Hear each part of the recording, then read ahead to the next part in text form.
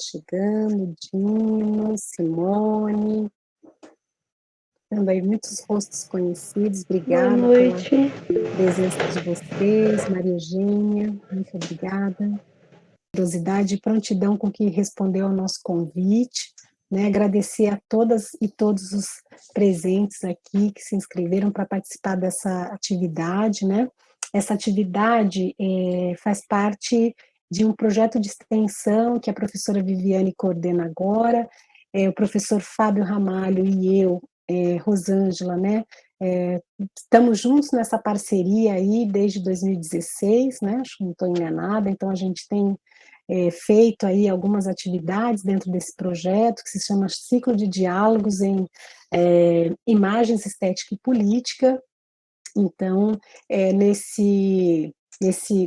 agora, entre esse final do primeiro semestre e segundo semestre, a gente resolveu fazer esse ciclo de conversas ainda online, aproveitando, enfim, essa possibilidade, né, da gente contar, porque o projeto, infelizmente, não tem recursos, então, de contar aí com os convidados que generosamente, para a gente aportar temas, enfim, relevantes, que a gente acha que contribuem para a gente pensar aí questões dentro dessa grande temática que o projeto prevê, e eu acho que num ano importante como é esse, essa conversa hoje que o Davidson vem aqui nos instigar para a gente fazer um debate, a ideia justamente é que a gente converse um debate, então a fala do Davidson, a ideia é que ela seja um pretexto para a gente continuar e fazer aqui essa conversa, né, eu acho que é muito importante, né, como vocês, né, devem ter visto, né, na inscrição, o título da nossa conversa inicial aqui, né, provocada pelo Davidson, é o passado falsificado como arma política. Eu não vou aqui me alongar mais e vou deixar espaço aqui para o Davidson começar aqui a nos provocar para a gente pensar um pouquinho essa noite e agradecer demais a cada um e a cada uma de vocês e ao Davidson por tão generosamente aqui pela segunda vez do ano passado, né, esteve aqui virtualmente na Unila e espero que a terceira vez seja presencial. Davidson, certamente vamos cuidar para que essa visita aqui aconteça. Então, seja bem-vindo, muito obrigada e deixo a palavra contigo. Obrigado, obrigado. Espero mesmo que uma terceira vez seja presencial. Eu não conheço ainda a cidade, então seria ótimo, uma ótima oportunidade. Não, brincadeiras à parte, obrigado pelo convite, obrigado por me chamarem de novo. Como eu comentei no início, né, uma chance até de tentar resolver aquele pouquinho que ficou faltando na última vez, porque eu acho que o público talvez não seja todo coincidente, mas eu estava falando no evento e de repente a minha internet caiu, eu nem percebi, porque estava aquela tela cheia na minha frente, e fiquei aqui, terminei a apresentação sozinho. Quando eu fechei a janela, não tinha mais internet, e aí eu não consegui voltar, foi uma loucura. Mas, enfim, uma oportunidade para a gente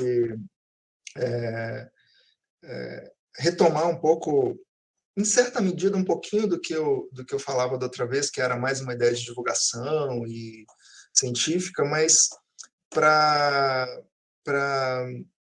a gente conversar sobre isso que eu chamei de passado falsificado e como arma política, né? Que, na verdade, né, não tem uma grande novidade nisso, é um tema que a gente discute todo o tempo. E o que eu vou fazer aqui é justamente isso, Rosângela, mais provocação do que trazer qualquer tipo de resposta ou experiência de pesquisa, que não é o caso. São provocações que eu acho que são boas para a gente poder elaborar juntos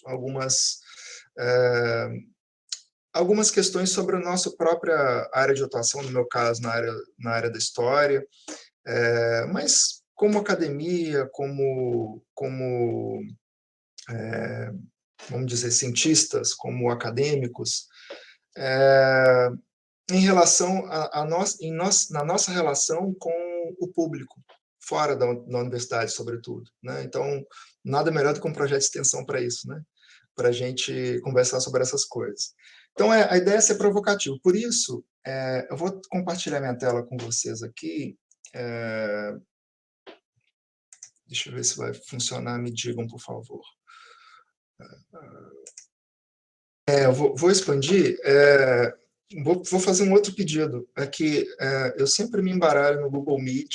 Se por acaso o áudio, eu vou começar com um vídeo, um pequeno vídeo. E se por acaso o áudio não funcionar, por favor, me avisem que eu troco aqui a janela. Vamos tentar aqui, vamos ver se vai dar. Tá. Então, Pode para fazer essa deixar, eu te provocação. aviso aqui. Tá, obrigado. Para fazer começar com essa provocação, eu vou passar um pequeno vídeo e daqui a pouco. O vídeo começou antes de eu pedir, mas tudo bem.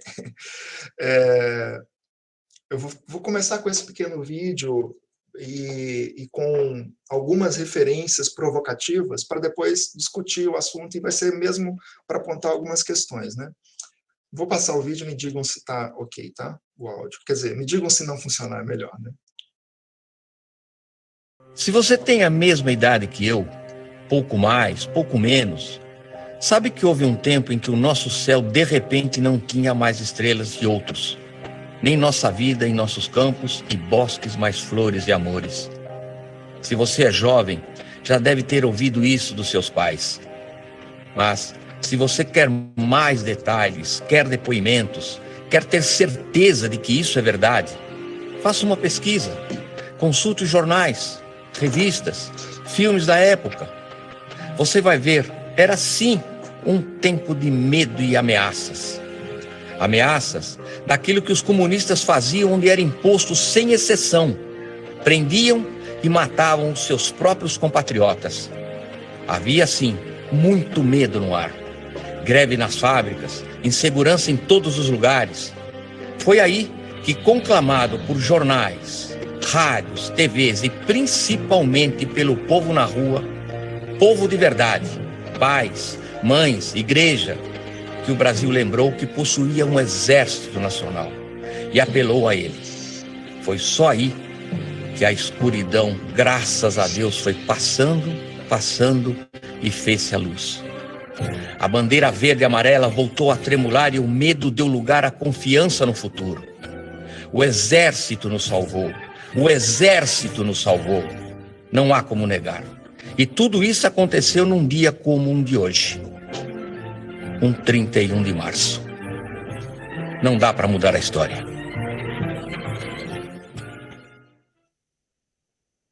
O exército não quer palmas nem homenagens. O exército apenas cumpriu o seu papel. Bom, acho que agora funcionou, né? Esse vídeo, que eu acho que vocês já perceberam, um show de horrores, né? Do início ao fim, ele tem uma história, né? Não sei se vocês o conheceram, é um vídeo de 2019, estou buscando aqui a apresentação para poder voltar para ela. É um vídeo de 2019 que... Agora sim. Que circulou, né? Que foi disparado, né? Por esses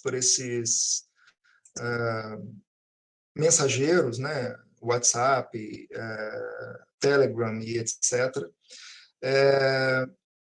E que obviamente, né, circulou em pelo tema, né, um vídeo que faz apologia à ditadura em todos os grupos de direita, de extrema direita e que se possa imaginar, né? Então tem aquele tipo de circulação no estilo que circulam, né, já há algum tempo as chamadas fake news, né? Tem um tipo de distribuição que por um lado, difícil de controlar, né? E, mais que isso, difícil de mensurar o alcance, né? Difícil de mensurar o quanto ele circulou de fato, o quanto as pessoas tiveram acesso àquilo naquele dia 31 de março de 2019. Foi o dia que esse vídeo foi distribuído, como uma espécie de comemoração ao golpe de 1964. E eu acho que esse é um exemplo provocativo, né, o que eu queria dizer, de um passado que é falsificado e que é utilizado como arma política, né? E é por isso que eu escolhi esse vídeo, né? Quando eu, às vezes, frequentemente, quando ensino República, eu uso esse vídeo numa das aulas sobre ditadura, e ele traz comentários muito comuns, né, de se ouvir, assim, são repetidos os comentários dos alunos, né, do tipo, esse vídeo faria muito barulho lá em casa, ou seja, meu pai pensa a mesma coisa que isso aí, o fulano da minha família se identifica muito com isso aí, ele diz a mesma coisa que esse senhorzinho simpático, que evoca para si uma autoridade da idade, né? Se você não viveu aquela época, como eu vivi, ele diz no vídeo, né? Para passar a sua mensagem.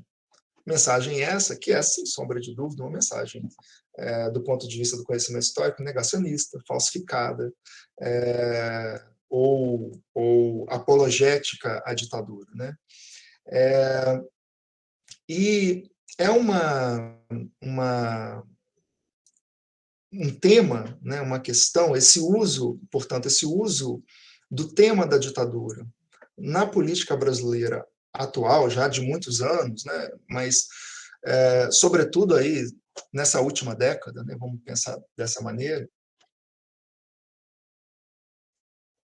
Eu toquei aqui e começou a tocar o vídeo de novo. Esse tipo de estratégia, ela é uma estratégia política que deixa muito nítida a importância, né, do passado e, sobretudo, das visões que se tem sobre o passado no debate político contemporâneo, né? Esse é um exemplo muito claro sobre isso. Assim, né? Eu não vou ficar só nesse exemplo, né?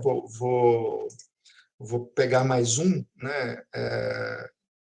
Ou dois, talvez, mas que é no ano anterior, né?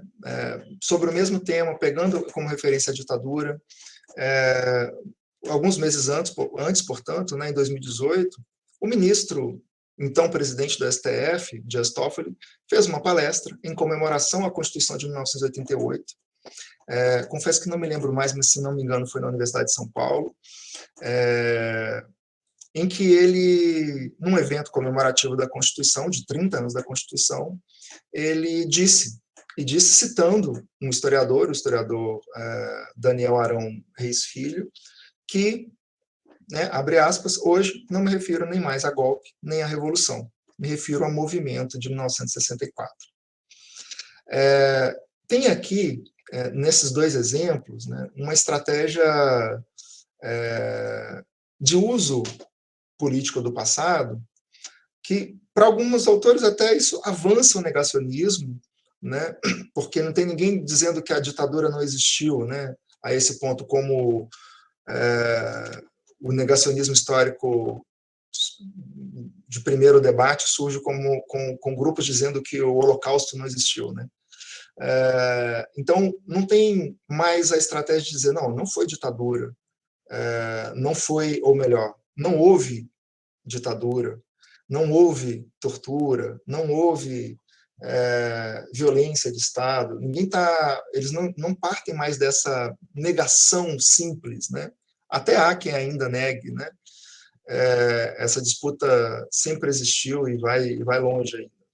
Mas há uma estratégia vou chamar de relativização, de esvaziar o sentido do que foi uma ditadura, o sentido do que é a tortura, o sentido do que foi o golpe de 1964.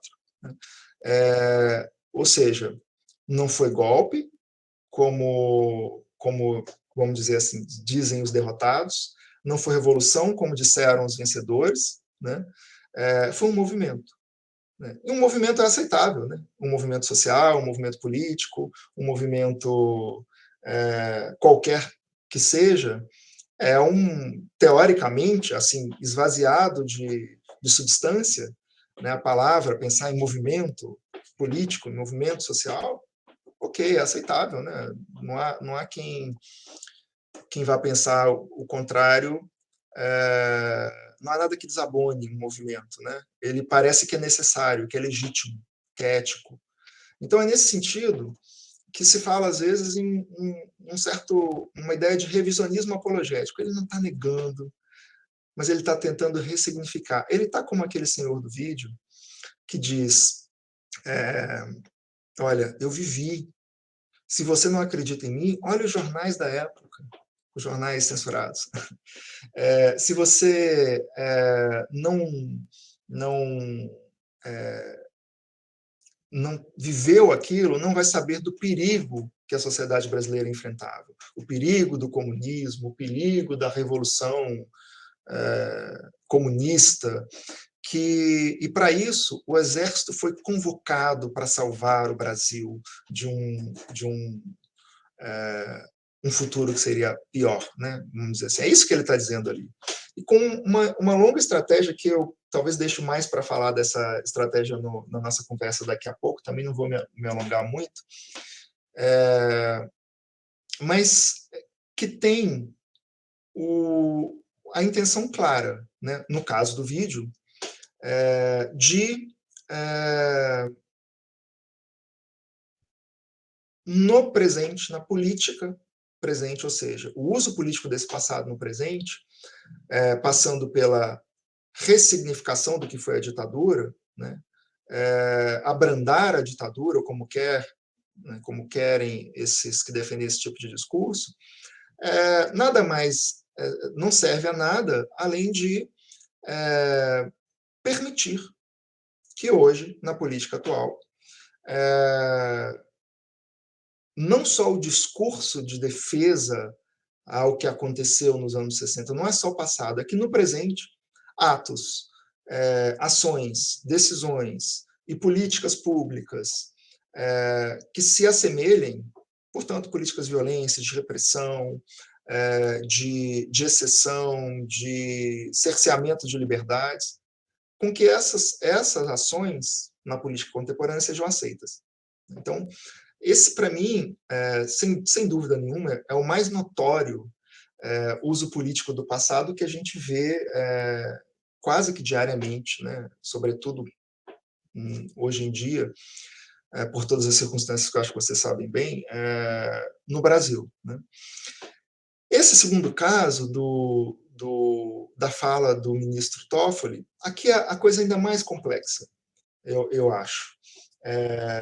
Porque está assinado por um servidor público que ocupava naquele momento o cargo mais alto da magistratura no Brasil, né?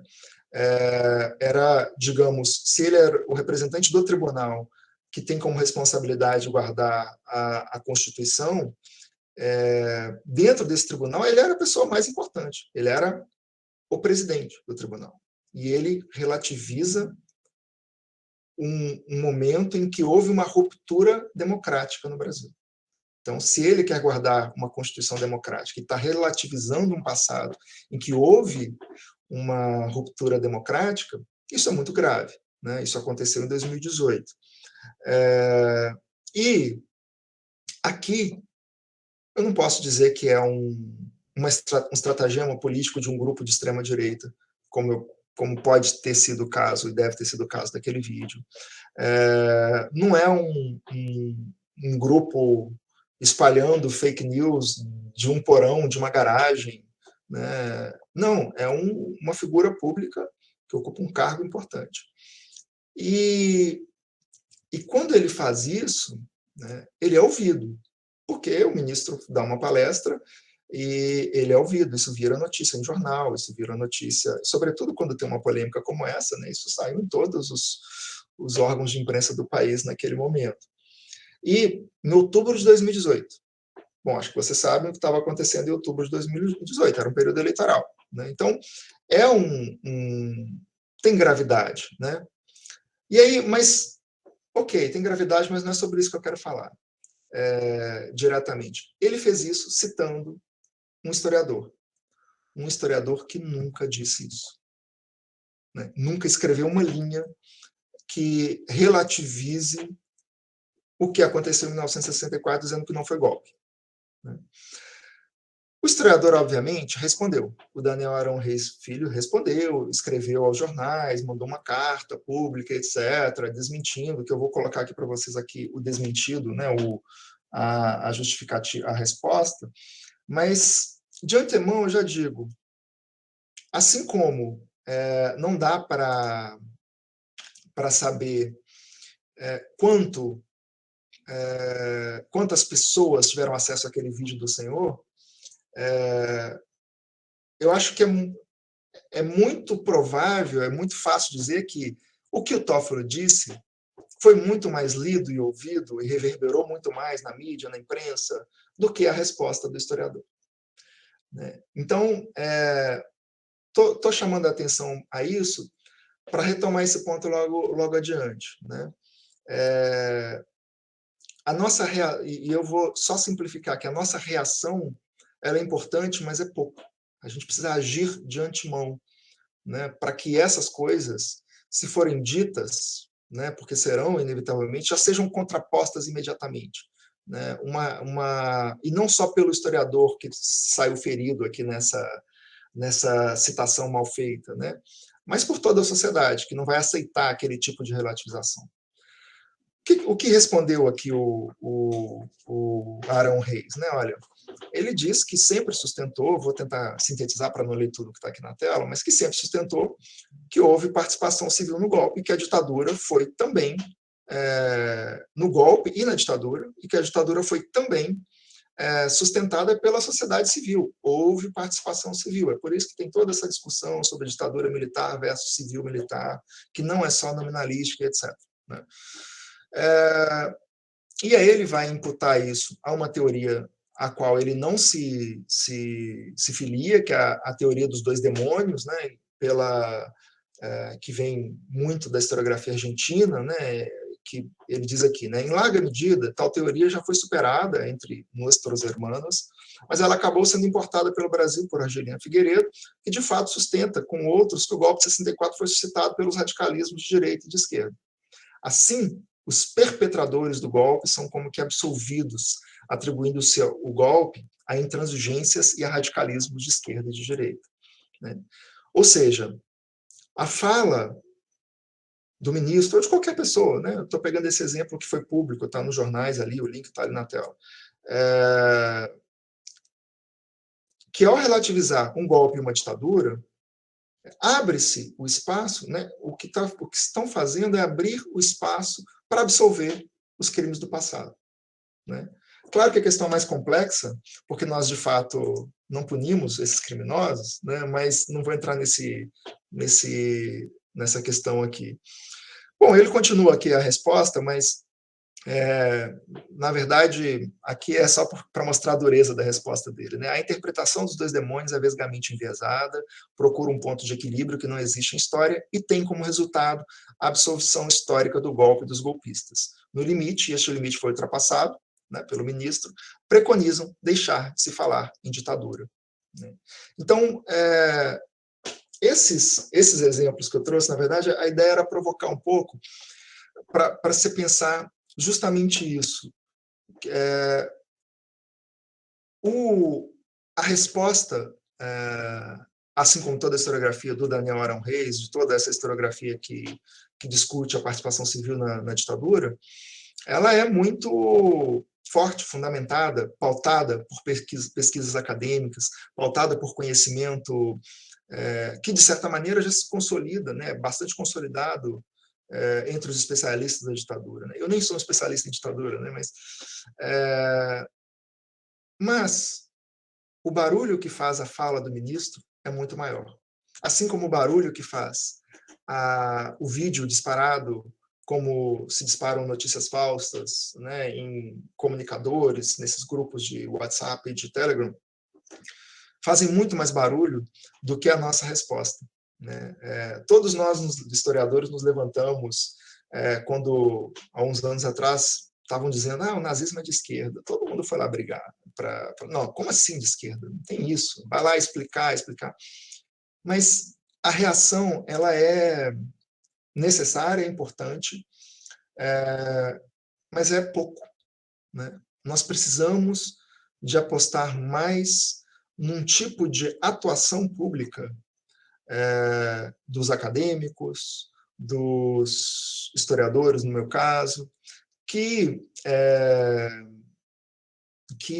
pense e proponha, né, e possibilite, na verdade, que os mau usos políticos do passado sejam sempre muito contestados por todos, não só por nós, né? A gente vai sempre se levantar, mas se a sociedade não estiver, vamos dizer, conscientizada, né? Se não houver uma consciência histórica disseminada, e consciência essa pautada por um conhecimento metodologicamente construído, eticamente construído, e mais que isso, né, comprovadamente fundamentado, né, ou seja, com método, com teoria, mesmo que nem todo mundo precise mobilizar, né, as ferramentas que nós, profissionais da área, mobilizamos. Não é isso que eu estou dizendo. Mas a gente precisa falar mais e falar antes que esses sujeitos, como o senhorzinho simpático do vídeo, ou o próprio ministro, né,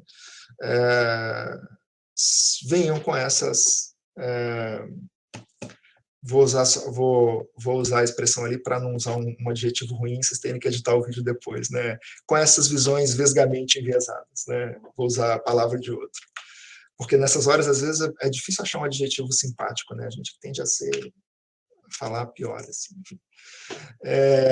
Bom, eu trouxe esses exemplos que eu acho que eles são provocativos, a gente pode conversar mais sobre eles depois, mas esse tipo de revisionismo apologético, né, para dizer assim, utilizar lá a expressão do Demian Mello, né, porque revisionismo a gente faz, né, a gente revisa, a historiografia, a ciência, a academia, o conhecimento científico, o conhecimento social, ele vai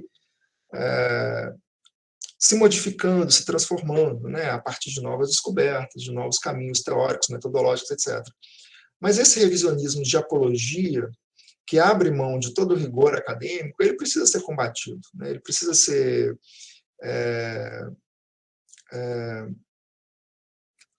identificado e combatido o tempo todo, né? E aí, eu estou chamando a atenção dessa ideia de revisionismo apologético, porque é uma característica vou chamar assim, do debate público sobre a história no Brasil, né? Aquele que está fora da universidade. Por exemplo, quando se fala de autoritarismo, vou trazer daqui a pouco um outro exemplo, o exemplo do racismo, por exemplo, né, relacionado com a escravidão, mas quando se fala em autoritarismo, vai ter sempre aquele que vai dizer mas na época da ditadura era muito melhor, né? Não tinha violência, não tinha crime, não tinha, a vida estava melhor, tinha um milagre econômico, não tinha terrorista, não tinha tráfico, não tinha isso, não tinha aquilo, era muito melhor. Vai ter sempre aquele que vai tentar evocar esse passado triste como um momento positivo. E há, né, alguns historiadores chegam a falar, a própria Caroline Bauer, que eu cito aqui, que há uma certa tradição autoritária que sempre aparece no debate público no Brasil quando o tema é história e ditaduras, sobretudo, né? Então, esse tipo de revisionismo brasileiro que ela fala, né, ele não nega totalmente, porque nenhum dos dois aqui estava dizendo que não houve a ditadura, né? Estavam relativizando. Ele não revista, né? Ele busca legitimidade para aquela ditadura, né? O senhor do vídeo estava dizendo isso, né? O senhorzinho, eu até escrevi aqui, ó, se retomarmos a fala do simpático e mentiroso, se não revisionista, senhor do vídeo, coitado, gente, é só um ator, tá? Ele recebeu para fazer aquilo ali, mas se a gente retomar aquela fala, é exatamente isso que ele está fazendo. Uma estratégia, né, de construir legitimidade para aquilo que foi feito. O exército nos salvou, né, ele disse, o exército nos salvou. A única frase que dá para levar daquele vídeo é a última, né? Uma das últimas dele. Não dá para mudar a história, né? E é o que ele fez em todo o texto dos 2 minutos de vídeo. Mas esse revisionismo, portanto, que não está só negando o passado no sentido do negacionismo histórico, que também está presente, né, em muitos casos, ele está tentando buscar legitimidades, que aquilo era necessário, aquilo foi importante, e até a sociedade demandava, né? Então, é uma certa falsificação. É uma certa falsificação daquele passado. É uma falsificação e nos termos do que o conhecimento acadêmico produziu desde então, e mais do que isso, assim, né, em termos do que se viveu naquele momento, né? Se a história não é nada objetiva, né, não é tão objetiva assim, mas não dá para negar que o passado da ditadura foi violento, que houve um rompimento democrático e etc. Então, acho que esse que é o perigo, né, desse revisionismo, chamado ali revisionismo apologético, né? Então, eu falava dos usos, a minha proposta era provocar um pouco sobre os usos políticos do passado, né, como, pensando isso como uma arma política, né? Então, o que é isso, né? De que maneira, assim, o passado sendo utilizado para sustentar ações políticas no tempo presente, né, como eu chamei a atenção no início. Sendo utilizado para sustentar o discurso autoritário, o discurso militarista, vamos dizer assim, né, político-militarista, antidemocrático,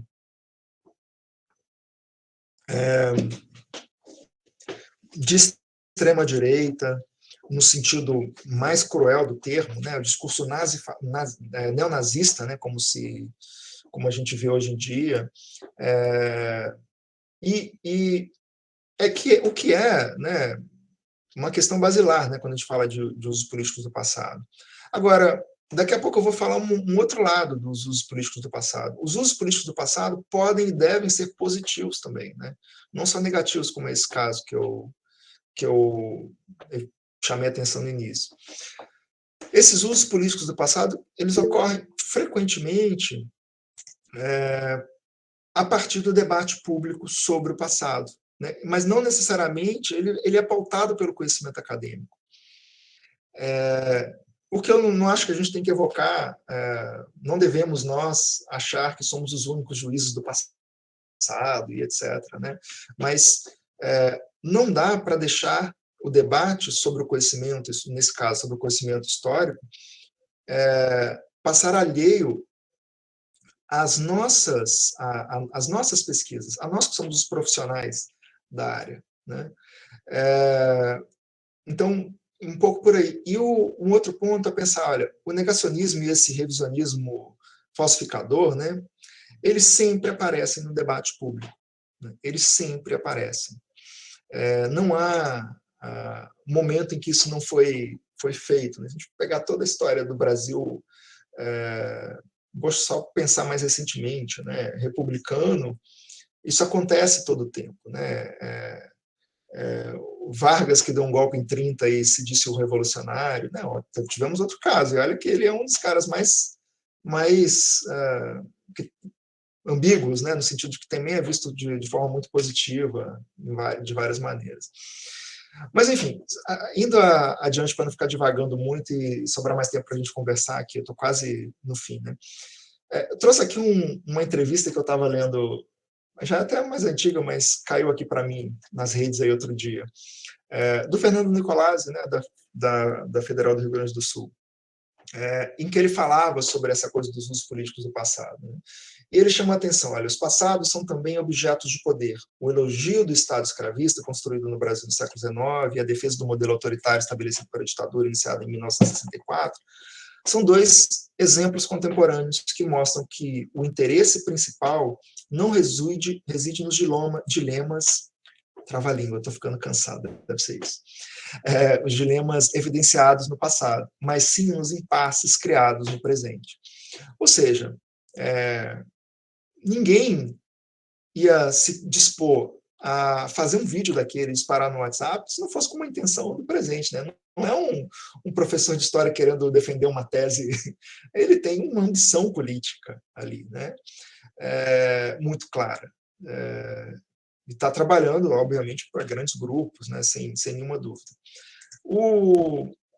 E os exemplos seriam muitos, né? Muitos outros. Os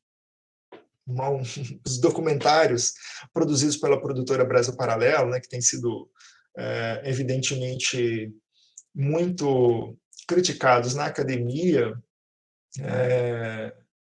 pelos historiadores, pelos cientistas sociais, né, tem outras coisas lá, tem outras áreas de conhecimento também nessa produtora, né, filosofia, enfim. Eles são um exemplo de uma máquina de propaganda falsificadora da história, que, sem sombra de dúvidas, tem ali um objetivo político muito claro. Esses 2 vídeos que eu coloquei aí na tela são muito notórios, assim, né? O documentário sobre Vargas e o de 1964. O documentário sobre a Era Vargas, a minha leitura daquele...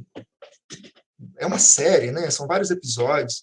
Eu me dispus ainda a assistir ali vários ali, eu fiquei meio...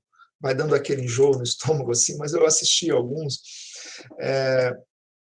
Tem um objetivo muito claro ali para mim. Assim. É uma campanha de revisionismo apologético da era Vargas, para dizer que Vargas era nazista, fascista, o que não é verdade, embora ele tenha flertado, né, de certa maneira, mas conceitualmente inadequado dizer isso. E dizer, né, para fazer uma leitura muito enviesada na minha área de formação, né, de história do trabalho, e dizer que toda a legislação trabalhista brasileira foi construída num momento autoritário, inspirada no que de pior aconteceu na história do século XX, que foi o nazismo e o fascismo, e que, portanto, aquele tipo de legislação não protegia ninguém de nada, ela era autoritária e violenta. Esse documentário foi lançado, essa série foi lançada em 2017, né, o ano da reforma trabalhista. Então, não é por acaso que se faz esse tipo de campanha. Ele está sustentando outros discursos. Você chega lá no Congresso Nacional, tem um sujeito, deputado, falando a mesma coisa.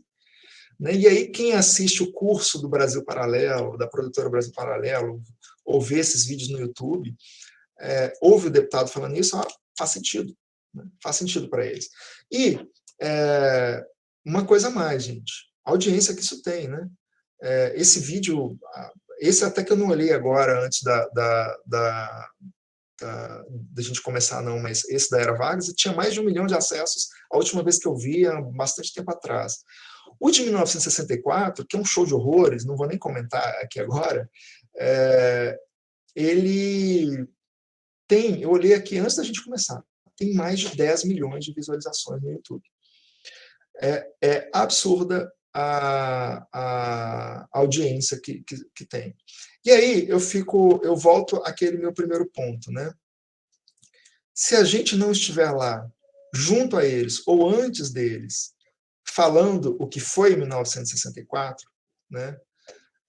Fica muito difícil combater essas 10 milhões de visualizações. Né? A gente precisa estar nesses espaços proativamente, né, e não só reativamente, porque quando esse vídeo saiu, bombaram os vídeos de historiadores no YouTube, né, dos influencers historiadores, o que é importante, né, também, ocupar esses espaços é essencial, contradizendo, analisando, tem artigos, o próprio Fernando Nicolazzi tem vídeos dele no YouTube muito legais falando sobre os vídeos dessa produtora, mas a reação ela é sempre um problema, a gente está reagindo como foi atacado, né? Não estou dizendo que a gente tem que atacar antes, não, mas a gente tem que estar lá, né? Criar as condições. Enfim, aqui os exemplos seriam muitos, né? Então, os possíveis usos do passado, né, para já ir caminhando para o fim, que eu acho que já até falei muito, tanto os usos positivos quanto os usos negativos do passado, estou chamando assim, né, eles dependem de uma versão da história que se sustenta. É óbvio que, né, não há sustentação, né, empírica, ética, para o negacionismo, para o revisionismo mal intencionado, né? Não há, mas há quem faça esse esforço aí, a gente está cansado de ver. Mas é possível também a gente pensar que, se nós conseguirmos fazer com que o conhecimento produzido na universidade, por exemplo, né, se transforme numa certa...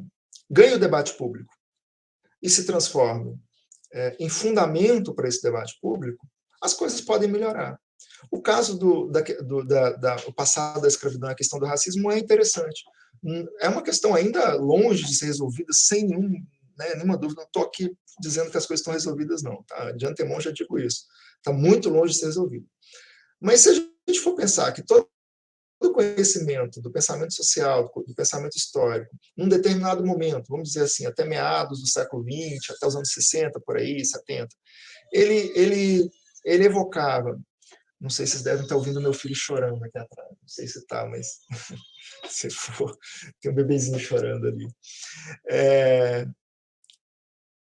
Todo esse conhecimento, esse pensamento social, né, ele de certa maneira, chegou a sustentar, né, e a justificar, e a, de certa forma, esconder o racismo estrutural da sociedade brasileira. Por exemplo, com as teses da coisificação do escravo, do que não lutava pela sua liberdade, né, do escravizado que não lutava pela liberdade, a ideia de democracia racial e de cordialidade, que, de certa forma, sustentaram um Brasil racista, violento contra a população afrodescendente, a população negra, e que negava isso, dizia, não é assim.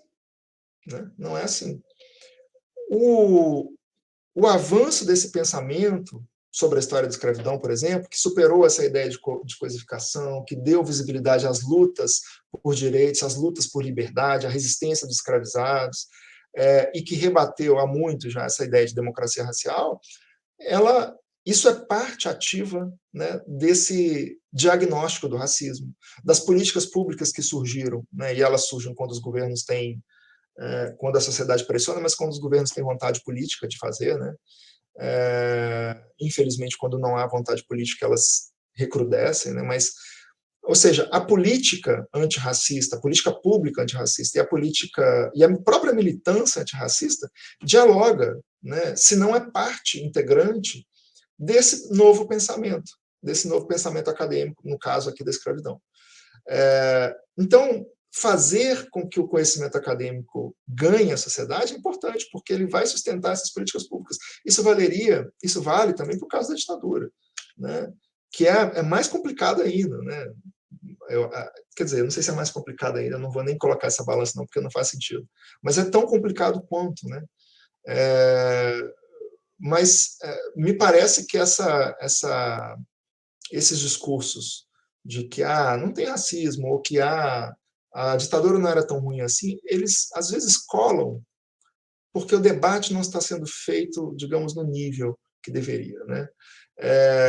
Acho que são os 2 últimos slides, mas aqui, por exemplo, eu trouxe só para sustentar, uma especialista para sustentar a fala aqui, já que eu não sou especialista em escravidão, né?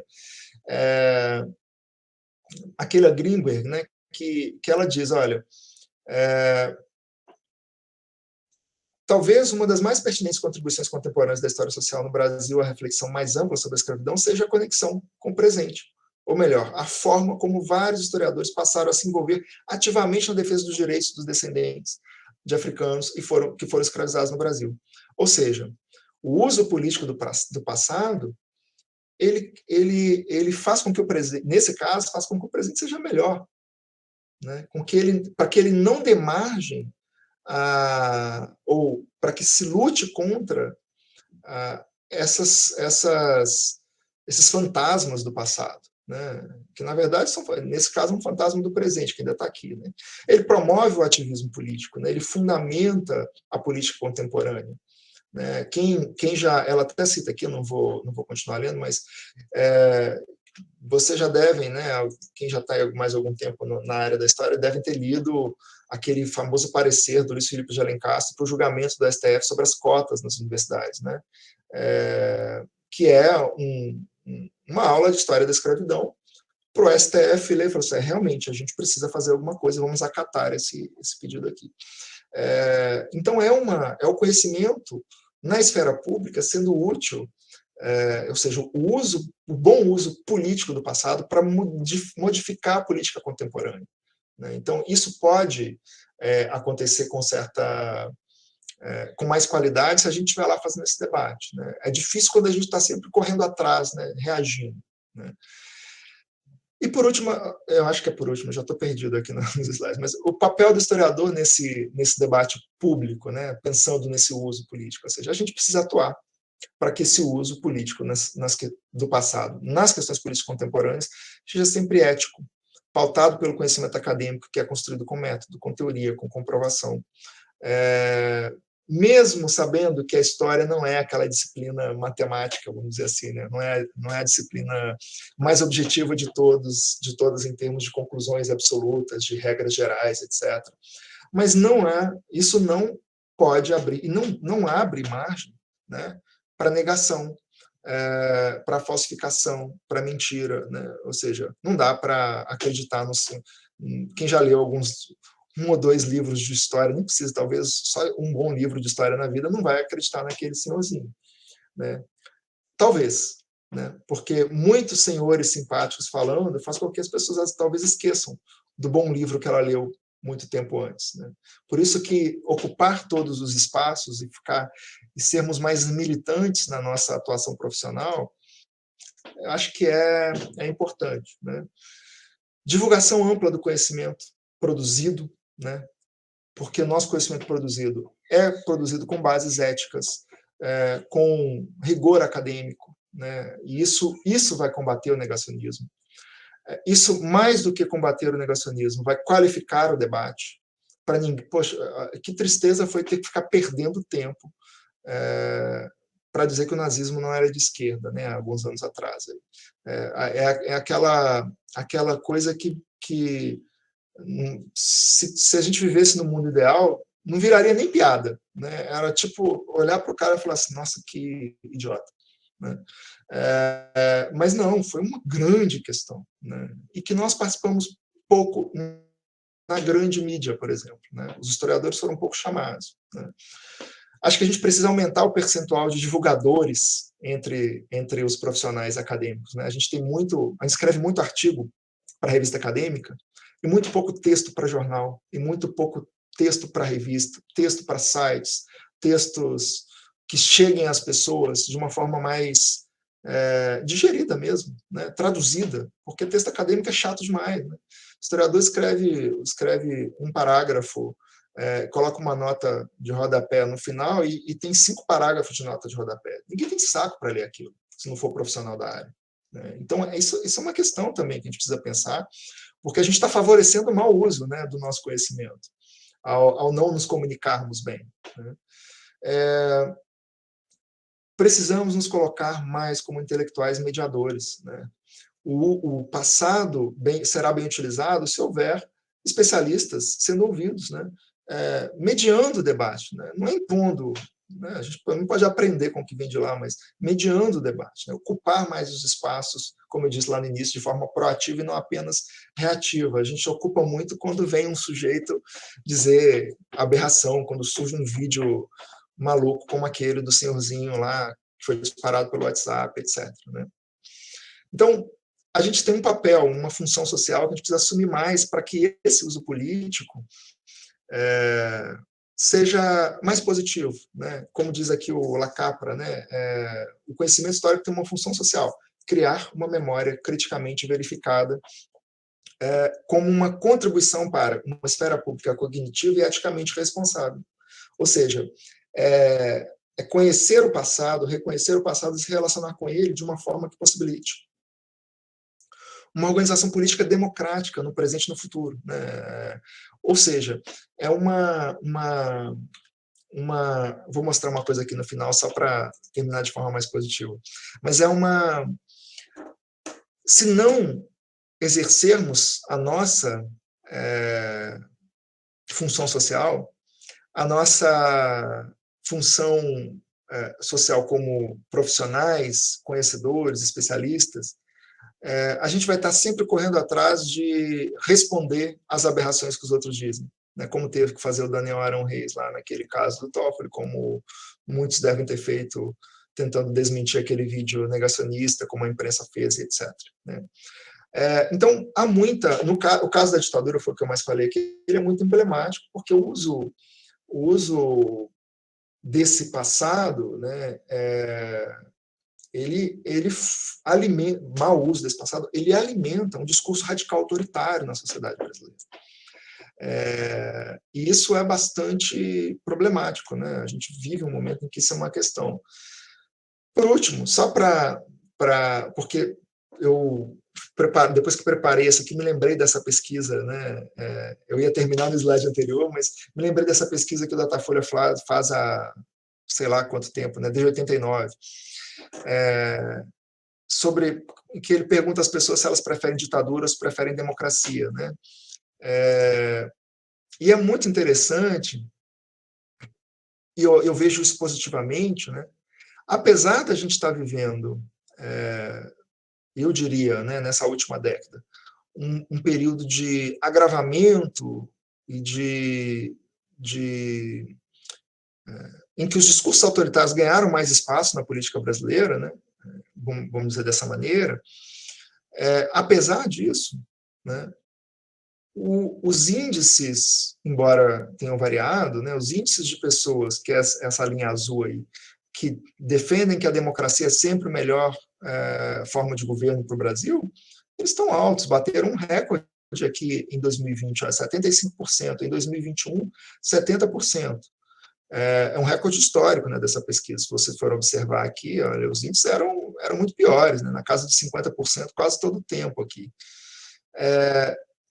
E os índices, né, o índice de pessoas que preferem a ditadura, na última pesquisa do ano passado, bateu o recorde, né, o recorde de pior. Ele chegou a 9%, que é o menor índice da série histórica.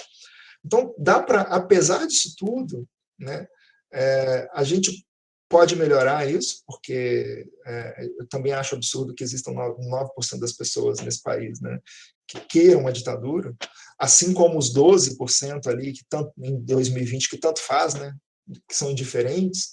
A indiferença é um problema, né, eu acho. Eu vejo positivamente, assim, né. Então, pode ser que seja um tiro saindo pela culatra aí, né, a tensão dos discursos autoritários tenha causado uma reação positiva para melhorar o debate sobre democracia, para fazer com que aquele passado autoritário seja visto como autoritário e violento e não como algo aceitável dentro do regime democrático que a gente vive hoje, né? Pode ser, mas não sei se é. Mas, repito, né, não adianta só reagirmos, né, cada vez que vem uma aberração dessas. A gente precisa atuar sistematicamente para que o nosso conhecimento paute o debate público, esteja integrado ao debate público de forma muito mais ativa, assim, né? Como assim um programa de TV no horário nobre, mesmo que de um canal mais novo, vai falar do tema ditadura e às vezes não tem nenhum historiador na plateia ou nem sendo entrevistado, né? E quando tem, bom, não posso falar que vocês vão publicar aí o negócio, aí vai ficar feio. Mas quando tem, são historiadores que não atuam mais como historiadores, que são mais, escrevem livros de outras áreas, que falam sobre outras coisas e que não estão nem um pouco comprometidos com a nossa produção do conhecimento. Essa que é a questão. É isso, gente, desculpa, falei mais tempo que eu achei que eu ia falar 20 minutos, já tem uns 40, né? Perdão. Muito obrigada, Davidson, pela sua fala, acho que realmente muito instigante aqui para a gente seguir essa conversa. Eu vou pedir para quem quiser fazer perguntas, comentários, agregar questões, vocês podem abrir o microfone e fazer a sua fala, ou usar o chat se não precisar, Viviane que está abrindo a fila, e se mais alguém, enfim, a gente vai abrindo o microfone para falar. Por favor, Vivi. Bom, muito obrigada, Davidson. Acho que realmente esses temas são fundamentais para a gente pensar aqui.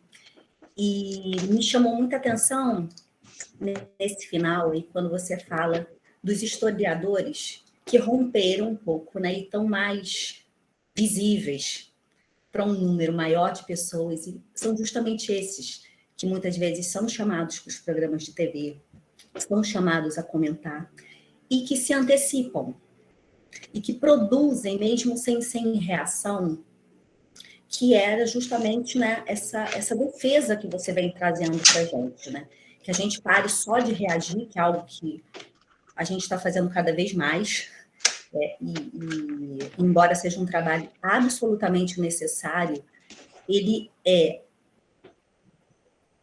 esgota emocionalmente, profissionalmente a gente, e parece que a gente sempre está uma escada, um degrau abaixo na escada, sabe? Correndo atrás.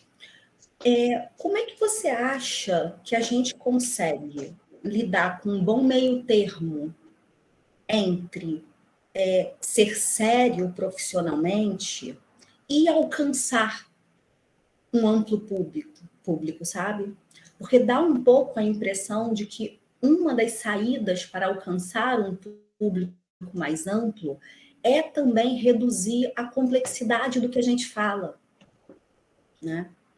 Então, assim, eu queria um pouco isso, sabe? Quais seriam, talvez, saídas para a gente? Como é que você está pensando isso? Boa pergunta, assim, a gente vai uma a uma, né? Não vão ser blocos, não. Bom, também não tem mais, eu acho. Eu acho que é assim, para ser sincero, eu não acho que tenha que ter meio termo, né? São duas coisas que não são dissociadas, mas são distintas. Que eu posso ser um historiador, como você disse, sério, acadêmico, sisudo, cheio de notas de rodapés, né? Ou eu posso ser o historiador que faz live no Instagram toda hora. Uma coisa não tem... Ou eu posso ser só um deles. Tudo bem. Não vejo problema nenhum. Só acho que é importante que exista o cara da live do Instagram, sabe? Que exista os historiadores que dão a cara a tapa e escrevem aquele livro que acabam apanhando da academia injustamente, assim, mas não é livro para a academia ler. Né? Eu fico, às vezes, me vendo as pessoas criticando, sei lá, já que eu vou elogiar, eu posso falar, né? A Lilia Schwartz, assim, né? Ela está escrevendo um livro atrás do outro voltado para grande público, né? Sobre coisas que ela nem é especialista. Eu acho legal pra caramba. É muito bom, é muito importante. Se eu pegar aquele livro ali, se eu for, sei lá, se eu pegar o livro dela, como é que é, Brasil, uma biografia, e eu for fazer uma tese sobre sei lá o que tem mais, já não lembro mais o que tem no livro, sobre a ditadura, eu sei que fala lá fala do Brasil todo. E aí, cara, não é referência bibliográfica para o cara que está escrevendo tese, assim, sinceramente, não tem nada ali que seja... não é necessário que aquilo esteja na sua discussão bibliográfica acadêmica, se você estiver escrevendo uma tese sobre a ditadura. É isso que eu quero dizer. Não é, porque não é para aquele acadêmico que aquele livro é direcionado. É para as pessoas que não são especialistas, que querem se inteirar do debate, tenham acesso, de certa maneira, vou dizer assim, a um conhecimento acadêmico que está pautado ali. E aí a historiadora, ela, né, e a Eloise Starr, o livro das duas, né, apanham porque o livro, como assim biografia de país? Isso não faz sentido. Como assim esses capítulos rasos, né, trazendo todos os conceitos? Mas é isso aí. Porque aquele livro é para o público amplo. Ele não tem que ser escrito da mesma forma que um livro que é voltado ao especialista. Aliás, eu acho que não existe mais, né, na história, um livro voltado ao especialista que seja um livro Brasil, toda a história do Brasil. Né? Porque é isso, ele começa no descobrimento e termina, sei lá quando. Né? Então, não é, obviamente, aquele livro não é para o historiador. Então, por que o historiador critica? Porque talvez ele não esteja afim, o acadêmico, de uma forma geral. Né? Ele olha para aquilo e fala, ele não está afim de fazer aquilo. Né? Mas olha só que legal, aquilo da Ibope, ela, por exemplo, hoje é uma das historiadoras que mais aparece, né, nos jornais, está lá no Roda Viva sempre, está nas redes sociais, etc., comenta sobre tudo. Então, eu não quero, eu não acho legal quando a academia aponta o dedo para essa pessoa. Né? Eu acho que a gente tem que apontar o dedo para o cara que é historiador, que escreveu uma tese que relativizava a ditadura, que foi enxotado da academia, e está hoje aí fazendo comentário político para todo canto, nas rádios, nos jornais, etc. Esse eu não vou falar o nome, que depois ele vê a gravação, ele pode querer me processar, mas eu acho que vocês sabem quem é. Então, eu acho que, na verdade, não é nem a questão de meio termo. Eu acho que a gente precisa assumir de forma indissociável do nosso ofício a divulgação do nosso conhecimento. E não é divulgar nosso conhecimento escrevendo um artigo para a Revista Brasileira de História. Tá? Isso aí é a parte obrigatória da atividade acadêmica. A gente tem que fazer, senão vem né, a CAPES, o MEC, sei lá, e começa a falar que a gente não produz. Beleza, essa aí é a parte indissociável. Mas qual a razão de ser de eu me dedicar, sei lá, 4 anos para uma pesquisa, escrever um monte de artigo, se aquilo não vai chegar de forma útil para a sociedade? Se aquilo não vai ajudar, de alguma maneira, a sociedade compreender o mundo em que ela vive hoje e, portanto, aquele aprendizado servir para as decisões políticas dos cidadãos e das cidadãs, para análise política e etc. Então, a gente precisa fazer as duas coisas. Todo mundo precisa fazer as duas coisas? Não. A Lília Schwartz pode chegar, pegar todas as pesquisas sobre a história do Brasil que ela conhecia, que ela der conta de ler, que ela pedia as pessoas para ler, entregar para ela fichamento, condensar aquilo no livro, publicar e vender. Tá legal também. Né? Mas a gente precisa ter mais pessoas fazendo isso, eu acho mesmo. E o que eu acho que está errado em tudo isso é a academia ficar apontando o dedo para essas pessoas, dizendo que elas não são sérias, que elas não são acadêmicas, que elas perderam o tom. Eu acho isso uma viagem. Até tem gente aí que perdeu o tom, tem gente que largou a academia e virou palestrante. Mas tudo bem também, né? Tá ganhando mais dinheiro, muito mais dinheiro que nós que ficamos na academia. Estão felizes lá com a vida. Tudo bem, não tem problema, cada um com seus caminhos, etc. Né? O que a gente não deveria é identificar essas pessoas que abandonaram o compromisso com o ofício como pessoas do ofício. Essas sim a gente pode falar, não dá mais. Não dá para olhar para aquele sujeito ali e falar que ele é o historiador, porque ele está falando, sei lá, escrevendo sobre autoajuda. Mas os livros, né, para citar o único exemplo que eu nomeei aqui, os livros da Lília, que são mais voltados, Lília Schwartz, que eu tenho pegado e utilizado como exemplos em cursos de divulgação científica, por exemplo, ou às vezes para cursos que eu dou na universidade, para alunos que não são de história, para comunicação, alunos estrangeiros. É uma maravilha, Brasil uma biografia. Porque, imagina, você pega um monte de aluno estrangeiro que quer conhecer as coisas, pega pelo menos um mais recente, assim, que funciona. Por quê? Porque ela tem compromisso com o que ela está fazendo. O compromisso que nunca será, eu entendo, né, não estou colocando a mão no fogo por ninguém, mas que não é no que foi escrito, que não é negacionista, que não é falsificador, que não é relativizador, e que eu nem diria que é simplificador. Eu diria que é uma tradução para um público não especializado. Isso a gente precisava aprender a fazer mais. Não é fácil, não, mas a gente precisava.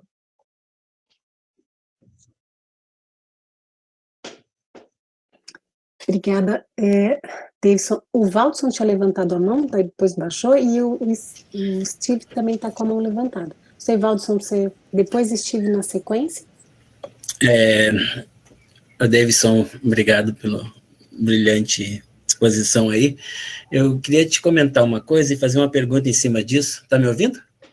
Tá. Sim. A Comissão da Verdade, que aconteceu durante o governo Lula, principalmente, ela teve um episódio da Comissão da Verdade aqui na cidade de Foz do Iguaçu, e vários depoimentos de pessoas que foram presas políticas e torturadas foram feitos, foram gravados nos mínimos detalhes. Isso tudo é história. E eu me lembro que muitas dessas gravações, e a gente tem ainda um pouco dessas gravações arquivadas, nunca vieram a público, nunca se ouviu nos jornais, ou se leu nos jornais, ou se ouviu no Jornal Nacional, ou coisas assim. Aquilo passou como que despercebido por toda a população. E esses tipos de depoimentos e o que foi levantado na Comissão da Verdade nunca veio à tona da grande população. Então, quando a gente vê um vídeo como esse que você passou, com um apelo daquele senhor já ancião e tudo mais, não cabe à população acreditar mais naquilo do que numa história que foi contada por pessoas que vivenciaram e que nunca foi divulgada? Pois é, esse é o problema, né? É a mesma lógica da fala do Toffoli versus a fala do Arão Reis, né? Assim, a audiência do que o Toffoli teve com a fala dele foi muito maior, né? Não chega para a resposta, né? Não chega para as pessoas. No caso do material da Comissão Nacional da Verdade, assim, bom, é tudo público, né? Tá tudo lá no Arquivo Nacional do que foi para o relatório final, né? O material todo, mas tem websites, né? Que tem ali sintetizam as questões, mas eu concordo com você, assim, é difícil combater, né? Por exemplo, né? Como a gente combate um disparo em massa daquele vídeo do senhorzinho simpático e mentiroso? Se a gente fizer a mesma coisa, não sei, não vai ser o nosso caminho, eu acho, né? Mas sem dúvida, eu acho que quanto mais ocuparmos os espaços, quanto mais nos fizermos ouvir, e isso não é fácil, mas a gente tem que botar a boca no mundo, talvez mais nessas ocasiões esses nossos materiais vão aparecer, né? Por exemplo, quando do relatório final da Comissão Nacional da Verdade, aquilo apareceu nos jornais, né? Os resultados finais, etc. Mas, obviamente, a materialidade do depoimento de um ex-preso político que foi torturado, violentado, ou de familiares de presos políticos que viram sessões de tortura, de filhos de presos políticos que eram crianças, estavam nas celas vendo os pais serem torturados, aquilo é muito mais impactante, né? Isso ninguém vê, quase ninguém vê. Eu mostro para meus alunos, né? Esse vídeo que a gente assistiu aqui, eu uso numa aula, e na mesma aula eu passo 2 depoimentos que são chocantes, né? Da Dulce Pandolfi e da Lúcia Murat, que estão no YouTube, público lá na Comissão da Verdade do Rio de Janeiro, né? E em que elas fazem relatos minuciosos do que elas sofreram nas sessões de tortura. E eu falo assim, olha, se conhece alguém que acredita nesse velhinho aqui, manda esse vídeo para ela, né? Tem 10 minutos. Se ela tiver paciência de ver e ainda acreditar no velhinho, é mau caráter. Né? É isso, aí não tem jeito. Mas talvez tenha, né? Dá para converter também, mas é uma situação que eu acho que não é de resolução simples, né?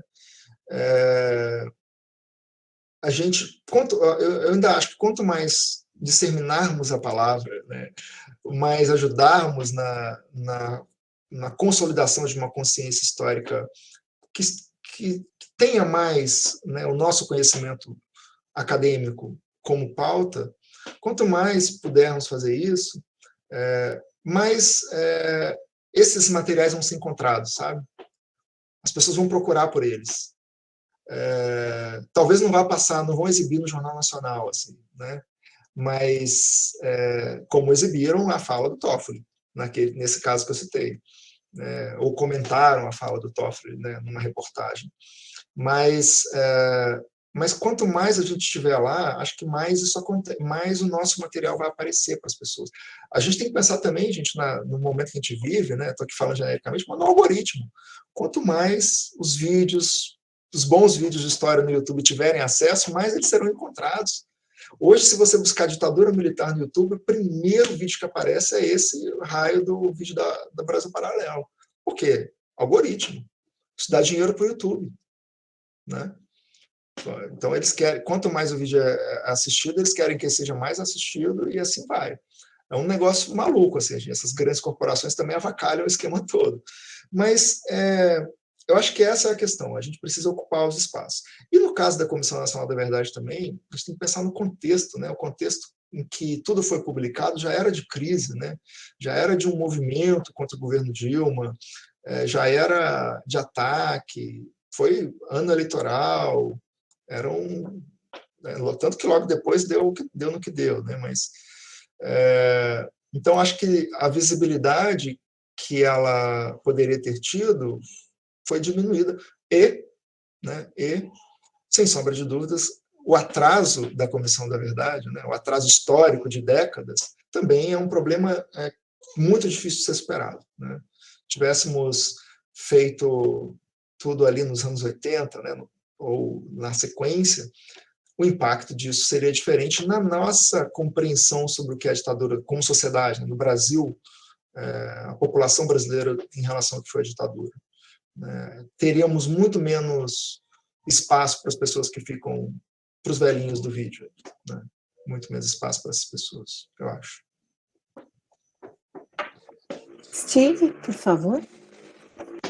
Oi, boa noite. Sim, vou ligar aqui a câmera. Aqui. Oi, Denison, tudo bom? Boa noite a todos, obrigado pela tua fala, muito enriquecedora também. Aí, eu acho que eu tinha uma questão também, eu queria perguntar assim mesmo sobre essa questão mesmo dos espaços que você tanto já falou, dos espaços de divulgação, mesmo porque você, sendo uma retomada do que você falou, tipo, você falou de conhecimento nas universidades, de ganhar essa importância, certo, no debate público, porque vai sustentar as políticas públicas, certo? Também é um papel do historiador dentro desse debate público mesmo, certo? Mas mesmo assim eu fiquei me perguntando, com muitas coisas que você já falou também, sobre realmente como ocupar esses espaços de divulgação, porque se a gente vai dar uma retomada do pensamento, a gente quase que está passando de uma cultura escrita para uma cultura visual, né? Quase o fim do século XX foi isso. E agora, o século XXI, praticamente a gente fala que é uma cultura visual, né? Então, aí tem todas essas questões que você já trouxe do fake news e tudo, mas a gente tem os opinadores públicos que agora não são os acadêmicos mesmos. Você falou, são os Instagramers, são os YouTubers, e a gente acredita nisso, seja o que eles estão falando verdadeiro ou não, eles acreditam nisso. Tem uma questão, eu acho também, com essa problemática que a gente tem em torno ao conhecimento, a fluidez do conhecimento, certo? Essa questão de que a gente mudou, a ideia é que a gente não quer mais aprofundar no conhecimento, não, a gente tem uma tendência à superficialidade, certo? E isso que, por exemplo, caras como Instagram, famosos, quando eles falam de fatos políticos, sem a maior propriedade do que verdade eles estão querendo falar, sem maior conhecimento, eles falam, sabe, bobagens. Aí vem essa questão. E como fazer mesmo? Porque você fala assim, ocupar esses espaços, não somente em revistas, jornais, que é a parte acadêmica que nós temos que fazer, mas como quando a gente não quer ouvir um historiador com voz entediosa, certo? E a gente não quer, eles não querem ouvir isso, você mesmo falou. Eles não vão querer ouvir nós falando sobre isso. Eles estão em outro temporismo. Inclusive, isso tem a ver com o conceito de aceleracionismo, que é um conceito, tem toda uma filosofia que envolve, inclusive, essa cultura visual que a gente está tendo. Então, como realmente fazer isso? Pergunto porque trago outro exemplo, pelo menos eu sou colombiano, e a gente teve o encerramento do evento do Amplac, a semana passada, e aí, bom, uma colega me perguntava sobre como fazer, inclusive, pedagogia com isso mesmo, certo? Tendo em conta o poder das imagens, como a gente no conflito armado colombiano, que conheceu como os fatos positivos, bom, os crímenes de lesa humanidade que cometeram as forças armadas da Colômbia contra as populações, contra os camponeses, como isso também leva e aí eu me perguntava quando a gente vai falar disso. Sí, tem a Comisión de la Verdad también más. Por otro lado, tiene discursos así, por ejemplo, de grande magnitud como o filme, será, Encanto, da Disney. E ele fala uma questão de que a violência, e essa violência se transformou em realismo mágico. E então a gente, sabe, fica aí como que essa violência aconteceu ou não aconteceu? Ou essa foi um realismo mágico? Então, tem essa questão de ficção, e aí, pelo menos, eu me interesso muito pelos estudos audiovisuais e pelo papel que estão jogando, inclusive, agora as séries audiovisuais no mundo. E eu cito, inclusive, duas formas, certo, de construção disso que você falou, de revisionismo apologético. Então, como elas influenciam no pensamento das pessoas, eles veem a tela, certo? Escutam o cara falando e você falou, isso tem que ser verdade. Então, Sim. como realmente, porque eles não querem ouvir esses historiadores, ou vamos falar, os acadêmicos realmente falando essa parte verdade da história. Essa é a questão mais complexa, né? Eu me lembro que, inclusive, essa era um pouco disso que eu vim em novembro, né, falar no outro evento, que eu ficava provocando, né? O que a gente precisa fazer? Não vai ser... Eu, por exemplo, se você me pedir agora para gravar um vídeo para o YouTube, eu sei fazer tecnicamente, mas eu não vou chamar a atenção de ninguém. Eu vou ficar parecendo eu vou ficar assim, né, travado, meio que falando aqui, lendo na tela embaixo. Não sou treinado para isso, né? E isso é grave, isso é um problema. A gente tem uma formação muito quadradinha, muito tradicional demais, né? Na Universidade Brasileira como um todo, né? Nos cursos de História em específico. Então, não estou dizendo que todo mundo tem que seguir esse caminho, mas os estudantes de História na graduação que queiram ser mais preparados para a comunicação, deveriam ter cadeiras de comunicação acadêmica, comunicação científica disponíveis para eles fazerem cursos de comunicação científica, que poderiam envolver, teoricamente, o que é comunicar, o conhecimento acadêmico, mas saber fazer um vídeo, saber falar para uma câmera, saber gravar um podcast, saber construir um website, ou seja lá o que for. Coisas que a gente não sabe fazer. Né? A gente não sabe fazer. O estudante de História, na maioria dos cursos do Brasil, né, ele não tem a possibilidade de fazer um curso, sei lá, de produção de vídeo no departamento de comunicação social da universidade dele, porque o curso não abre a possibilidade dele fazer um crédito externo, né? Às vezes ele não pode fazer isso. E quando tem também, a gente não faz as coisas integradas para que alguns façam, né? É isso, alguns podem fazer. Eu, pessoalmente, tenho investido, sempre que dá, nos cursos de divulgação científica e de história pública, para os alunos de graduação, cursos práticos, né? Não é só ficar discutindo isso teoricamente, não. Vamos fazer um curso, e no final desse curso todo mundo vai ter que ter produzido um conteúdo de divulgação que não seja um texto escrito. Texto escrito vocês fazem todo semestre, em todas as disciplinas. Não quero nada escrito. Pode estar escrito? Pode. Se for a legenda de um vídeo, se for o roteiro do vídeo, se for um texto de divulgação num website, tudo bem, aceito. Mas as pessoas fazem perfis de Instagram, fazem grupo, fazem vídeos de YouTube e etc. Assim. A gente precisa investir, e é um trabalho lento, obviamente, mas precisa ser iniciado logo, né, na formação de profissionais de história que sejam um pouquinho mais versáteis na forma de comunicar, que aprendam novas linguagens, né? Ou seja, a gente pode aprender a falar a falar, a divulgar o nosso conhecimento num artigo com 159 notas de rodapés e 15 páginas, né? Mas a gente pode também aprender um pouquinho, né, com um pouco de formação, a saber traduzir aquele artigo num texto para ser falado em 1 minuto ou em 2 minutos, num vídeo que vai, sei lá, para o Reels do Instagram, não, Reels não pode ser tão grande, né? Sei lá, para para o TikTok, né? Para os 15 segundos, 30 segundos do TikTok, que seja. Cara, olha, para você ter uma ideia, eu tenho um grupo de alunos que fez um perfil no Instagram e no TikTok, que é onde eles bombam mais, né? Eles funcionam, é a nova rede social aí da juventude, aparentemente, que eles são um sucesso retumbante, assim, eles têm vídeos com 300 mil acessos, 400 mil acessos, e a única coisa, eles fazem muito bem feito, assim, essa coisa do conteúdo, né? Mas eles têm aquela coisa de saber se comunicar com esse público jovem, assim, né? São uma menina descolada, um cara descolado, que fala bem para a câmera, faz piadinha, faz dancinha, faz piada, faz tudo o que tem que fazer, que a galera faz aí hoje, mas fazem com compromisso e seriedade.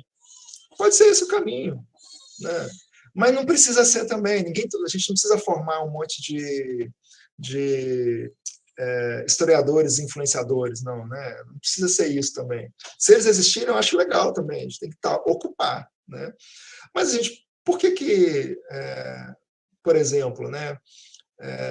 Será que ninguém vai se formar em história e se especializar em produção de documentário histórico, né? De novo, assim, porque quais são os últimos documentaristas sobre história? Aliás, quais os documentaristas no Brasil, por exemplo, né, que produziram bons documentários, aclamados sobre a história, que eram historiadores? Eu não sei de nenhum.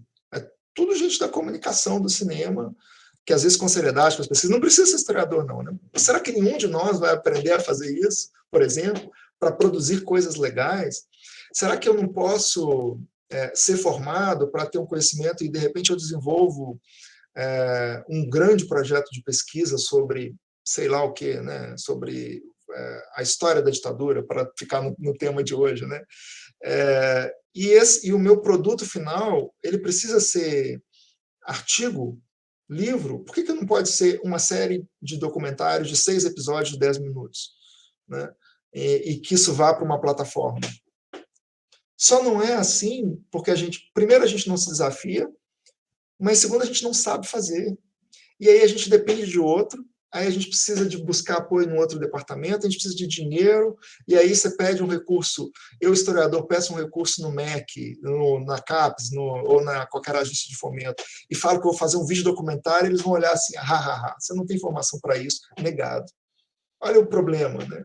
Então, tudo é feito para atrapalhar, mas eu acho que é esse o desafio que a gente precisa fazer. A gente precisa aprender a nos comunicar para além do texto escrito, né?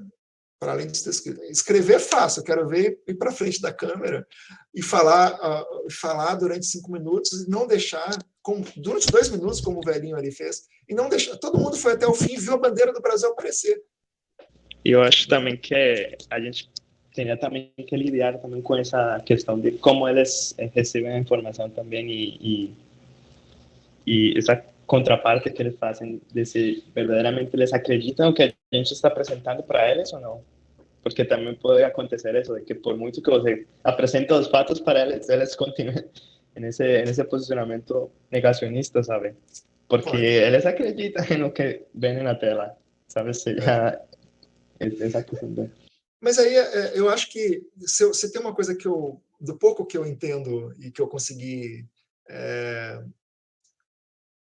captar dessa coisa das estratégias de fake news, por exemplo, né, da disseminação de mentiras e etc.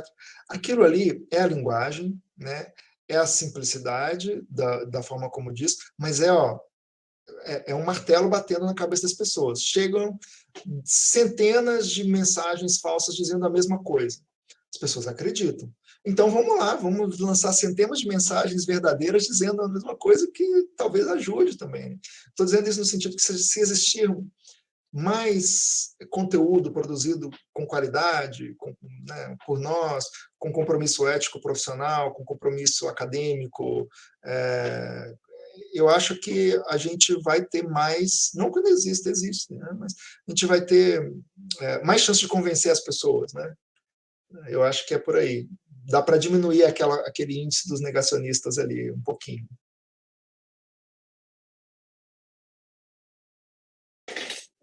Muito legal esse seu último comentário, Davidson, porque a gente está fazendo a reforma do nosso PPC aqui, e essa é uma conversa que surgiu da gente, como é que a gente atualiza, né, o curso de formação em História, trazendo essa questão mais técnica, a gente precisa saber produzir vídeo, precisa saber usar essas plataformas, né, e eu acho que é uma preocupação que precisa começar a perpassar, né, os cursos de formação para a gente poder realmente ir ocupando esses espaços e pensando essa questão da comunicação, porque a gente sempre tem esse discurso que a universidade, em termos da produção do conhecimento, está sempre adiantada em relação às coisas que estão acontecendo ou sendo percebidas na sociedade, mas, por outro lado, quer dizer, a sociedade está aí produzindo formas muito mais efetivas de comunicação do que a gente na academia, então, a gente acho que precisa equilibrar essa equação, então trazer essas formas de comunicação mais efetiva para justamente corrigir esse fluxo, né, e fazer com que as coisas andem ali mais alinhadas, e entendo, assim, realmente que é um desafio, e me parece que, acho que não tem um só caminho, e a gente vai ter que pensar e se desafiar, e eu acho que a gente está sendo desafiado de alguma maneira, mas acho que pensar também os currículos de formação, deixando espaço, né, para essas questões é muito importante. Achei muito bacana que é o Steve que colocou isso, porque o Steve vem do cinema para a história, né? Ele é alguém que está fazendo um mestrado em Maravilha. história, que vem do cinema, e que eu acho que ele tem muito a contribuir para a gente, porque tem esse know-how técnico, né, e que pode aí ajudar. Então, esses trânsitos também eu acho que são bem importantes, que a gente também se aproximar, acho que pensar mais interdisciplinarmente também as formações, e se aproximar dos cursos, né, que tem que oferece isso para os estudantes, e fazer essas parcerias. Então, acho que são questões aí para a gente se desafiar, porque realmente acho que são esse tema de levar para o debate público, né, pensando até no exemplo mais positivo, né, que você colocou, da gente olhar e ressignificar esse passado, mas usar ele, mas de uma forma positiva, né, para propor mudança, para propor política pública.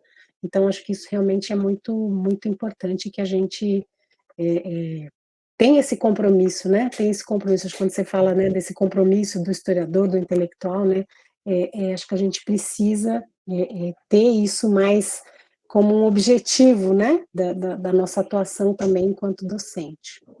A Vanessa comentou alguma coisa aqui. A questão Isso, interdisciplinar, né? Sem dúvida. isso. Uhum. E a gente está sendo engolido pelos Felipe Netos, né, da vida, assim, os caras. E a gente fica lá batendo no cara, mas a gente tem que aprender a fazer o que ele faz, a verdade é essa, assim. Ele faz mal, no que se refere ao conteúdo histórico, né. Aliás, não é o Felipe Neto, é o outro cara, tá vendo? Não, porque esse aí não é nem esse, não. É outro cara que faz vídeos de história no YouTube, que tem milhares de acessos, me fugiu o nome do cara. Castanhari, obrigado, Ronaldo, Castanhari. Mas é isso, assim, se a gente soubesse fazer algo parecido com aquilo, já seria legal, assim, não no sentido profissional né, com aquele aparato todo que o cara tem de fazer vídeos com animações, etc. Mas produzir um conteúdo que seja consumido, que tenha qualidade, que seja falar conteúdo é chato, né? Mas é isso. No final, assim, um produto, né? Fica começando a mudar a linguagem, mas produzir um material que o público não especializado vai parar, vai assistir e vai olha só, e vai pensar, né? E eu acho que isso é importante, assim, porque tem um monte de coisa, a gente produzindo um monte de coisa que é anedota histórica, curiosidades, etc. Pô, legal, mas não é disso que a gente está precisando, né? Isso não vai impactar nas políticas públicas, não vai impactar na melhoria não vai fazer o uso político do passado ser mais positivo, né? Ser positivo.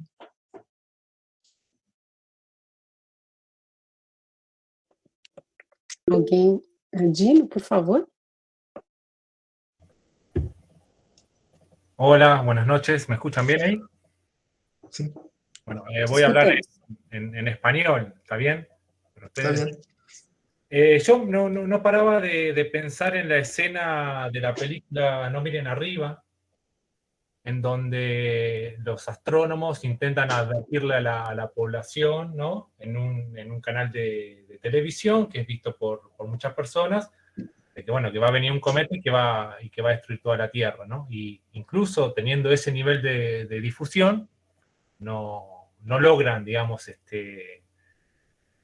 torcer a la opinión pública o sea, para su lado, ¿no? Para el lado de, bueno, no, pero miren que va a venir un asteroide y nos vamos a morir todos. Esto que es un tópico que se repite en distintas películas o series distópicas, ¿no? Está en Years and Years, está también esto, está en una serie francesa que ahora me olvidé el nombre, bueno, esto de personas que van a un medio de comunicación masivo a intentar decir la verdad de las cosas, ¿no? En un lenguaje accesible, y sin embargo fracasan, ¿no? Entonces, no paraba de pensar eso, sobre todo después de la intervención de César, ¿no? Entonces, ¿hasta dónde es efectivo adaptarse a los modelos que son más de mercado, ¿no? Porque los modelos de divulgación estarían más ligados a, bueno, una estrategia más mercantil. Bueno, vamos a hacer un producto que llegue a varias personas y que dé otra versión de las cosas, ¿no? Y yo siento que eso, así todo es insuficiente. Yo, de hecho, no partiría, no haría la división entre academia y divulgación. En todo caso, es lo que nos hace pensar o lo que no nos hace pensar. Porque en la academia también hay cosas que nos hacen pensar y hay muchas cosas que no nos hacen pensar. Así como la divulgación, ¿no? Hay personas que hacen divulgación que es solamente que nos aportan información, pero aportar información no abre la posibilidad de procesos de subjetivación. Es decir, de que las personas queden con algo y comiencen, ¿no? Un proceso independiente de eso que vieron, un proceso más autónomo de, mirá, esto me abrió para algo. Entonces yo siento como que también esa estrategia a veces está destinada al fracaso. Y si yo me pongo a pensar, por ejemplo, en mi país, que es Argentina, los últimos dos movimientos que produjeron subjetivación importante, estoy hablando de fines de los años 70, principios de los 80, el movimiento de derechos humanos, de las Madres Plaza de Mayo, que producieron una subjetivación, no es la misma memoria que tenemos en Argentina de la dictadura que la que tiene en Brasil. No porque no haya resonancias, es obvio que compartimos procesos, pero en Argentina tiene una particularidad ahí que hemos podido contrarrestar, y de hecho juzgamos, ¿no? a los genocidas, y hemos podido contrarrestar cierto sentido común en relación a aceptar la dictadura. Y el otro movimiento que produjo subjetivación, desde mi punto de vista, es el feminismo. Sobre todo en Argentina estoy hablando, ¿no? De la segunda mitad del siglo XXI, desde el 2010 para acá, a partir del 2015, sobre todo para acá, ¿no? Que uno nota que el feminismo en Argentina pegó, como digo, llegó a adolescentes, a pibas, a algunos pibes, sobre todo a pibas, ¿no? Obviamente, sobre todo. Y yo me pregunto, bueno, ¿qué es lo que hizo que esos procesos abrieran otras posibilidades de subjetivación, ¿no? Y a mí me parece que no está solamente la clave en cooptar los medios de comunicación, en la divulgación. Me parece que una de las claves ahí de esos movimientos, que por supuesto está también la intervención en los medios de comunicación, no digo que no esté, ¿no? Es las calles. Las calles. El movimiento de derechos humanos, ¿qué ocupó primero? Las calles. ¿Sí? La ronda de Plaza de Mayo en la dictadura. Estaba en la calle. ¿Los medios de comunicación la cubrían? No, nadie la cubría. Y sin embargo, las madres todos los jueves hacían la ronda ocupando la Plaza de Mayo. El feminismo lo mismo. El feminismo es un fenómeno bastante masivo en Argentina que a partir del año 2015, todos los 3 de junio, y para el día de la mujer, entre aspas, ¿no? O sea, de hecho resignificó el Día de la Mujer. Ya en Argentina ya no hablamos casi muchos no hablamos de, y no estoy hablando solamente de personas progresistas, académicas, ¿no? Ya no hablamos tanto de Día de la Mujer, sino de Día de la Lucha de las Mujeres. Bueno, hay una resignificación. ¿Y qué ocupó el feminismo? Bueno, las calles. ¿Y cómo logró ocupar las calles, al mismo tiempo ser un movimiento masivo, ¿no? Bueno, porque conectó los discursos con determinadas problemáticas del día a día, de la vida. Es decir, conectó los discursos con dolores que se producen en el día a día. Entonces, a mí me parece que sea una estrategia académica, o sea, de divulgación, me parece que hay que pensar esas claves. No olvidar que la calle también es importante, ocupar el espacio público, porque ahí es el momento del encuentro cuerpo a cuerpo con otros, con otras, y no olvidar que, ya sea académica o de divulgación, es necesario conectar lo que se dice, ¿sí?, con algo que está aconteciendo en la vida, con algo que tenga que ver con la sensibilidad, que despierte algo en la memoria corporal que se tiene de lo que no. Entonces, esa era un poco mi intervención. No tengo una pregunta específica, pero bueno, es un poco para donde fui a partir de todo lo que hablaron. O que de fato faz todo sentido. Eu fico pensando aqui, né? Eu acho que tem pelo menos duas questões que eu comentaria assim. Sem dúvida, né? Ocupar os espaços, não só midiáticos, as ruas também, é essencial. Assim, ali a gente coloca a política em prática, vamos dizer assim, né? E quando, por exemplo, né, o exemplo que você trouxe sobre a ditadura, né, a grande questão é que nós, aqui no Brasil, o fato de não termos feito o que vocês fizeram, né, que foi lá o primeiro governo, julgou os ditadores, né, julgou e condenou logo após o fim da ditadura. Fica tudo muito mais difícil. Assim, né? Então, provocar, nós temos que provocar, sim, essa reflexão sobre por que as pessoas hoje no Brasil ainda aceitam o discurso da ditadura? Porque nós não fizemos, por exemplo, como fizeram os argentinos que julgaram os ditadores. Lá teve gente que foi para a cadeia, aqui não teve, ninguém.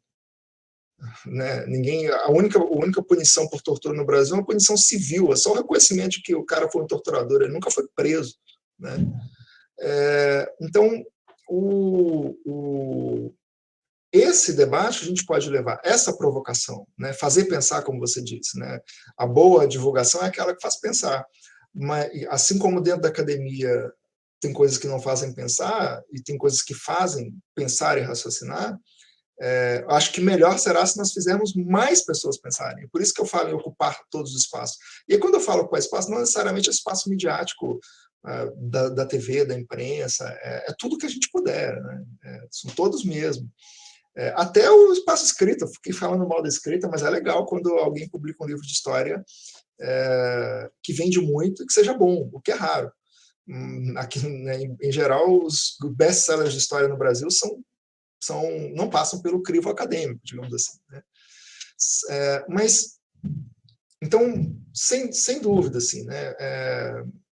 É um desafio grande, porque a máquina é grande, né? O exemplo do filme é ótimo, assim, né? Não adianta a gente, especialista, ficar lá dizendo todos vocês vão morrer, tem um cometa chegando e vai destruir o planeta.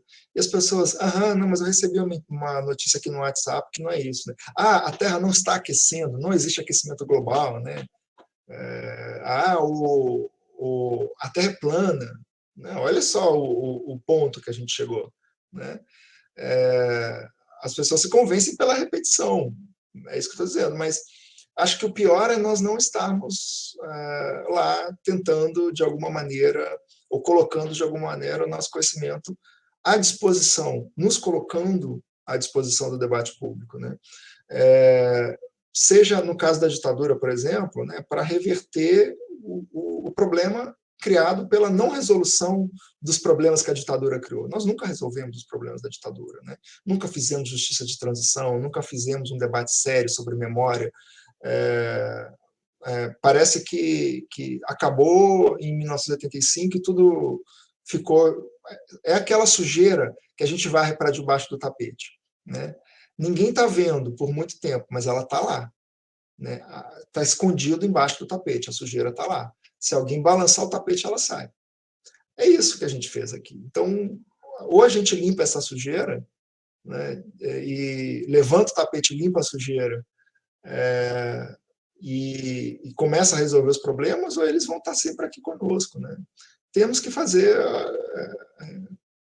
agir. Eu acho que o ir para a rua, para usar sua fala, no nosso caso, talvez o ir para as ruas, né, no caso do historiador acadêmico, que eu acho que o ir para as ruas talvez seja essa, nos colocarmos numa postura militante de intelectuais que vão participar do debate público, né, que não vão se furtar, que não vão olhar para quem está fazendo isso e ficar apontando o dedo, né? Ah lá, fulaninho gosta de aparecer. Pô, que bom que alguém está aparecendo, né?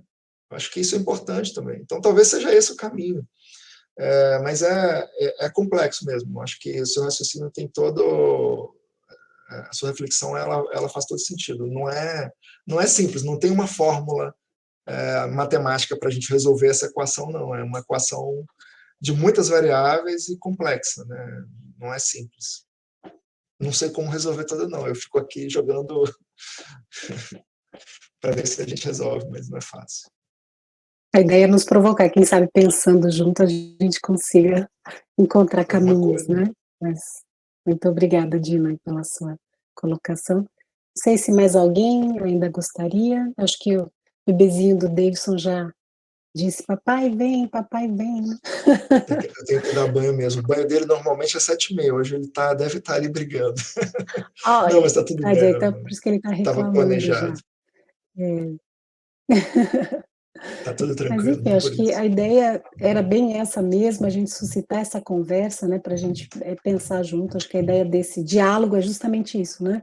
A proposta desse projeto é que a gente possa conversar, né? Reunir pessoas aí que estejam interessadas em conversar sobre essas questões, para a gente ir pensando estratégias, porque eu acho que o objetivo justamente é que a gente possa ir amadurecendo e pensando ações, né? Porque acho que essa questão que o Dino coloca, a gente tem que significar, tem que fazer sentido, as pessoas têm que sentir que isso vai tocar elas de alguma maneira, né? Seja pela questão da dor, seja porque a gente precisa ser tocado para poder reagir, porque senão a gente fica, parece que anestesiado e não se movimenta. E talvez o primeiro passo seja conversar, debater, pensar, discutir, né? Então, acho que o Davidson ajudou a gente bastante aqui, trazendo aí essas provocações, essas questões para a gente pensar, e que a gente pôde aqui conversar.